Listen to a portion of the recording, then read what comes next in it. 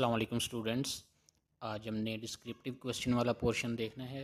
इसमें हम just numerical type questions को सॉल्व करेंगे, जिसमें तीसरा पार्ट है how many grams of carbon dioxide will be produced when we react 10 gram of methane with excess of oxygen according to the following equation.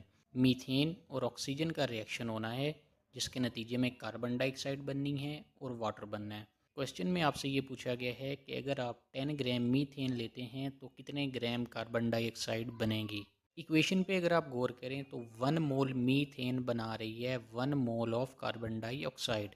1 mole methane का क्या मतलब है, 16 ग्राम methane, 12 carbon का मैस और 4 हाइड्रोजन्स हैं, 12 और 4 16 हो जाएंगे। और कार्बन डाइऑक्साइड के 1 मोल का मतलब है 44 gram carbon dioxide.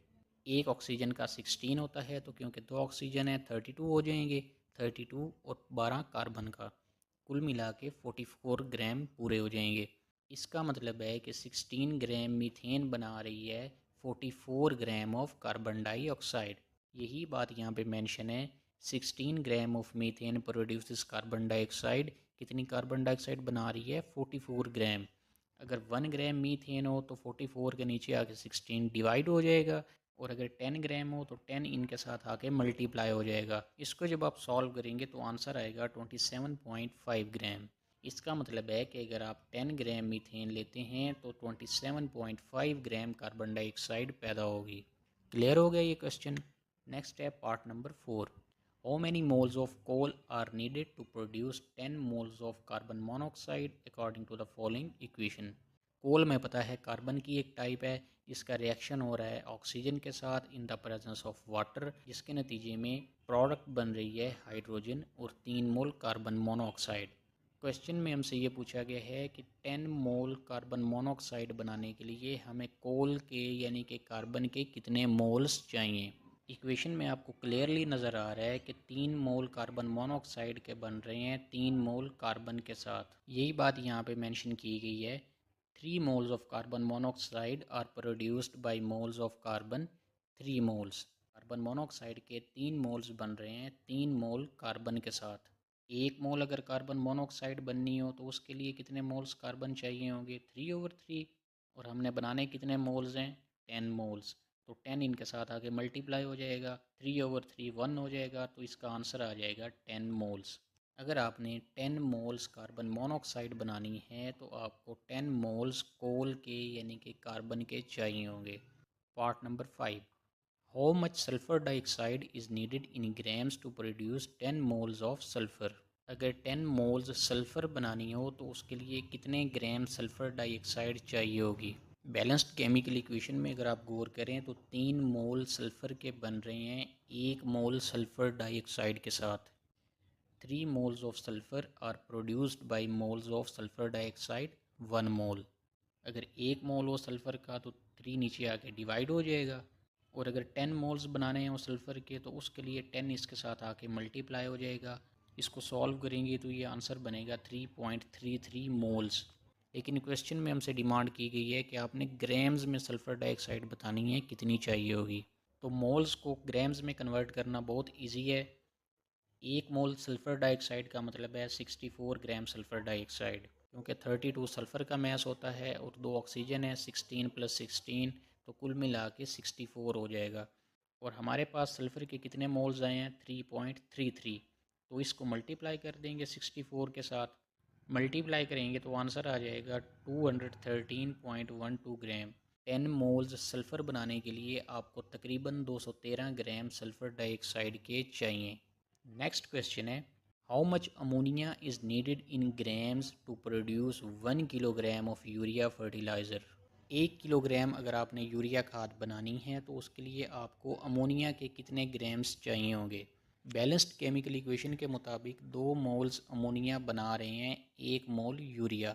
2 moles ammonia का मतलब है 34 ग्राम अमोनिया। नाइट्रोजन 14 और 3 हाइड्रोजन्स हैं, 17 हो गए। अब क्योंकि 2 मोल्स हैं तो 17 2 से मल्टीप्लाई हो गए 34 हो जाएगा। इसी तरह यूरिया का मैस आ जाएगा 60 ग्राम। इक्वेशन के मुताबिक 34 ग्राम अमोनिया बना रहे हैं 60 gram urea. 60 gram urea is produced by grams of ammonia 34 gram. 60 gram urea बनाने के लिए अमोनिया के 34 ग्राम्स चाहिए, और अगर 1 ग्राम यूरिया बनानी हो तो 60 नीचे आके डिवाइड हो जाएगा। अब क्योंकि हमने 1 किलोग्राम यूरिया बनानी है, 1 किलोग्राम का मतलब है 1000 ग्राम यूरिया के, 1000 इनके साथ आके मल्टीप्लाई हो जाएगा। सारी कैलकुलेशन के बाद आंसर आ जाएगा 566.67 ग्राम। यही इसका आंसर है कि अगर आपने 1 किलोग्राम यूरिया बनानी है तो आपको इतनी अमोनिया चाहिए होगी। क्वेश्चन नंबर 7, उसका पार्ट ए। हमने बताना है कि 3 ग्राम हाइड्रोजन मॉलिक्यूल के अंदर कितने एटम्स मौजूद होंगे। हाइड्रोजन क्योंकि मॉलिक्यूलर फॉर्म में एग्जिस्ट करती है, सबसे पहले हम मॉलिक्यूल्स की तादाद निकालेंगे, मॉलिक्यूल्स से फिर हम एटम्स कैलकुलेट कर लेंगे। 1 मोल हाइड्रोजन मॉलिक्यूल्स का मतलब है 2 ग्राम हाइड्रोजन्स। 1 मोल के अंदर हमें पता है एवोगैड्रोस नंबर ऑफ मॉलिक्यूल्स होते हैं 6.022 मल्टीप्लाई बाई 10⁻23। 1 ग्राम के अंदर कितने हो जाएंगे, 2 नीचे आगे डिवाइड हो जाएगा, और 3 ग्राम्स के अंदर कितने हो गए, 3 इनके साथ आगे मल्टीप्लाई हो जाएगा। कैलकुलेट करने पे आंसर आएगा 9.033 multiply by 10⁻23 molecules. 3 gram hydrogen के मॉलिक्यूल्स अगर आप लेते हैं तो उनके अंदर इतने मॉलिक्यूल्स होंगे हाइड्रोजन के। अब इन मॉलिक्यूल्स से हम एटम्स कैलकुलेट करते हैं। हाइड्रोजन के एक मॉलिक्यूल के अंदर हमें पता है 2 एटम्स होते हैं, H2 2 हाइड्रोजन, और 9.033 मल्टीप्लाई बाई 10⁻23 मॉलिक्यूल्स हों तो कितने एटम्स बनेंगे। 2 के साथ इसको सिंपल मल्टीप्लाई कर देंगे, मल्टीप्लाई करेंगे तो आंसर आ जाएगा 18.066 मल्टीप्लाई बाई 10⁻23 एटम्स। इसको अगर आप स्टैंडर्ड फॉर्म में लिखना जाए तो 0.1 के साथ आ जाएगा और पावर एक बढ़ जाएगी 24। नेक्स्ट क्वेश्चन है 3.4 मोल्स ऑफ नाइट्रोजन। नाइट्रोजन भी मॉलिक्यूलर फॉर्म में एग्जिस्ट करता है। ये क्वेश्चन भी सेम टू सेम पिछले जैसा है। सबसे पहले हम मॉलिक्यूल्स कैलकुलेट करेंगे, मॉलिक्यूल्स से फिर हम एटम्स कैलकुलेट कर लेंगे। 1 मोल नाइट्रोजन का मतलब है उसके अंदर एवोगैड्रोस नंबर ऑफ मॉलिक्यूल्स होंगे, और हमें नाइट्रोजन के कितने मोल्स गिवन है, 3.4 मोल्स। 3.4 इसके साथ आगे मल्टीप्लाई हो जाएगा, मल्टीप्लाई करेंगे तो ये आंसर आएगा 20.4748 मल्टीप्लाई बाई 10⁻23 मॉलिक्यूल्स। अब यहाँ से हम एटम्स कैलकुलेट कर लेंगे। एक नाइट्रोजन के मॉलिक्यूल्स में 2 एटम्स हैं, और 20.4748 मल्टीप्लाई बाई 10⁻23 मॉलिक्यूल्स में कितने एटम्स हो जाएंगे, 2 के साथ इसको मल्टीप्लाई कर दें। मल्टीप्लाई करने पे आंसर आ जाएगा 40.9496 मल्टीप्लाई बाई 10⁻23 एटम्स। इसको भी आप स्टैंडर्ड फॉर्म में लिख लें, पॉइंट को आप 4 के साथ लेके आएँ तो ये बन जाएगा 4.09496 मल्टीप्लाई बाई 10⁻24 एटम्स। नेक्स्ट है इस क्वेश्चन का part C, 10 gram of glucose C6H12O6। इसके अंदर हमने एटम्स की तादाद बतानी है। 1 मोल ग्लूकोज का मतलब है 180 ग्राम ग्लूकोज। आई होप कि इसका आप मैथ कैलकुलेट कर लेंगे। 180 1 मोल के अंदर एवोगैड्रोस नंबर ऑफ मॉलिक्यूल्स होते हैं 6.022 मल्टीप्लाई बाई 10⁻23 मॉलिक्यूल्स, और अगर 1 ग्राम हो ग्लूकोज का तो 180 नीचे आके डिवाइड हो जाएगा। हमें कितने ग्राम दिए गए हैं ग्लूकोज के, 10 ग्राम। 10 इनके साथ आके मल्टीप्लाई हो जाएगा। इसको सॉल्व करेंगे तो ये बनेगा 0.334 मल्टीप्लाई बाई 10⁻23 मॉलिक्यूल्स। अब इन मॉलिक्यूल से हम एटम्स कैलकुलेट करते हैं। ग्लूकोज के एक मॉलिक्यूल के अंदर 24 एटम्स हैं, 6 कार्बन के, 12 हाइड्रोजन के और 6 ऑक्सीजन के। कुल मिला के 24 एटम्स बनते हैं। और हमारे पास कितने मॉलिक्यूल्स आए हैं ग्लूकोज के, 0.334 मल्टीप्लाई बाई 10⁻23। तो 24 इसके साथ आके मल्टीप्लाई हो जाएगा।